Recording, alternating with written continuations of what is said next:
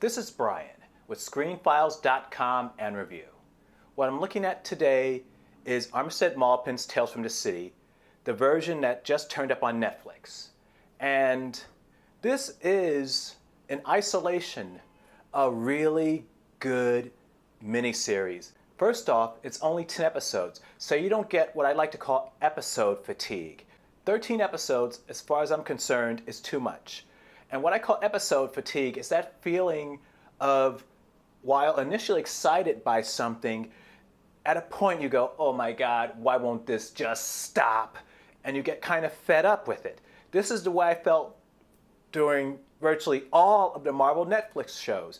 They would be really strong, but they'd hit a point, they'd hit the wall, if you will, and there'd be a point where it just slows to a crawl. It's too much. I haven't seen it work yet. There may be a situation where 13 episodes is perfect.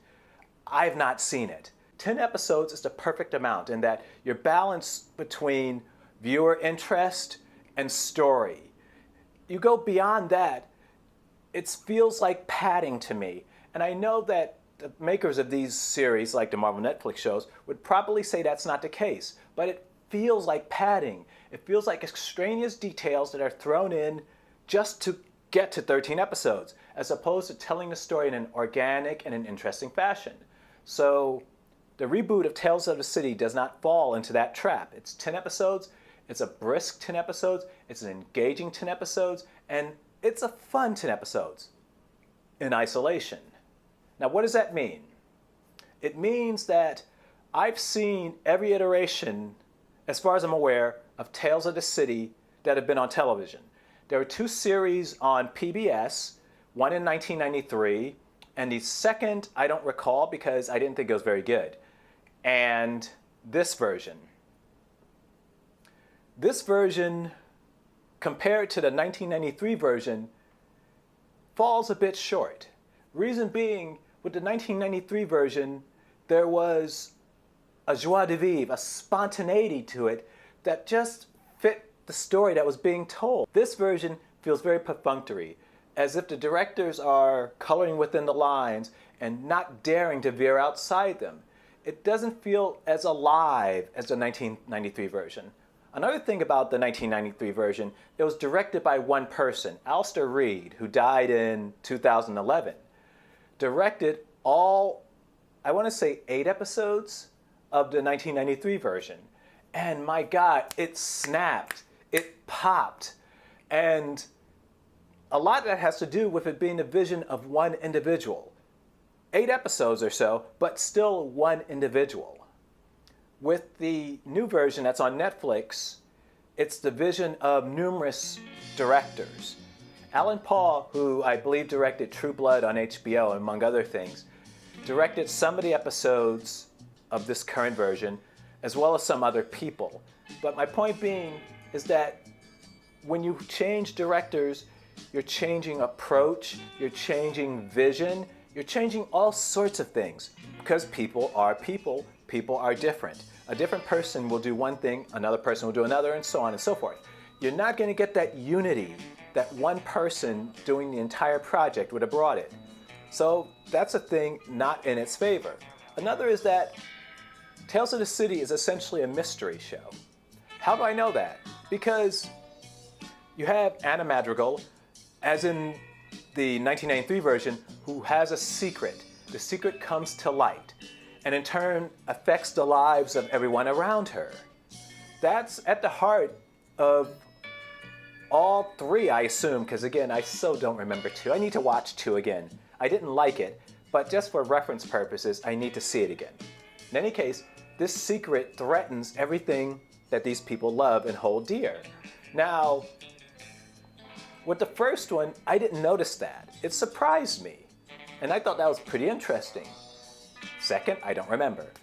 The third, I saw it, and that's not a good thing. The idea that it's revolving around a mystery, to me, seems to say that this is just kind of rote, and it's revolving around this central concept. And that's fine, I guess, but it still didn't feel fresh and original, because it wasn't fresh and original, especially if you had seen the Another thing is, what's wrong with Ellen Page? She was in The Umbrella Academy and she stars in this as well. And she seems chronically depressed.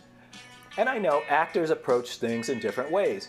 And it strikes me as really odd that her performance in two entirely different products feels dour. Well, I should say the way she seems to approach it seems very dour, very downcast, very low energy, and it's really odd to watch. Everyone around her just pops. Charlie Brooker, by the way, incredible actor from Russian Doll, here as well. The Happy Sad, he's great. But Ellen Page just doesn't resonate. It's not even that she seems to not care. She just seems to be in such a low place. And it's really odd. I don't know if this is her character. As I said before, she appears the same way in The Umbrella Academy. I don't get it. It's very odd. She just seems to have no spark. It's like she's sleepwalking through these roles.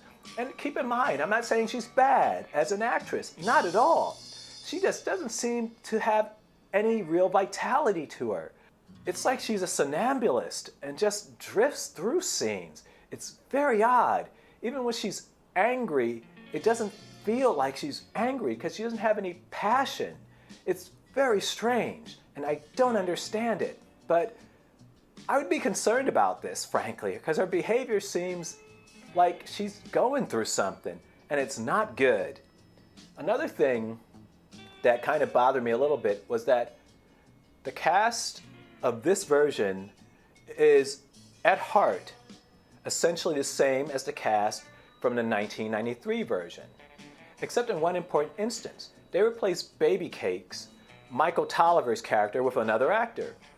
I don't know why they did this, if only because the actor who played Michael Tolliver in the 1993 version, according to IMDb at any rate, is still acting. He's still working. Why they couldn't have had him in this project is a mystery to me. Now keep in mind, actors have schedules. Actors sometimes cannot do things because of something else. I get it. But to have him in the role, in my eyes, that he made famous would have been such a great thing. The actor that plays him currently isn't bad, but the thing is, having seen the 1993 version, to see this other person approach that character differently, more world-weary, more knowledgeable than the naivete that the original actor brought to the role was really, really disconcerting.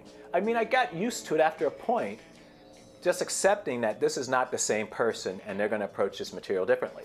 But it was just a little odd for quite a while. And speaking of the new cast, they take a little time to gel. But once they do, it's just gangbusters and it works. Everything about this new version of Armistead Maupin's Tales from the City works. It's really good television, though it's best approached without the knowledge of the 1993 version. Because if you have seen that, this is a bit of a letdown. That's not, keep in mind, I am not saying it's bad by any stretch of the imagination. It's actually really excellent television. But in comparison to the 1993 version, it's not as strong. This is Brian with ScreenFiles.com and Review.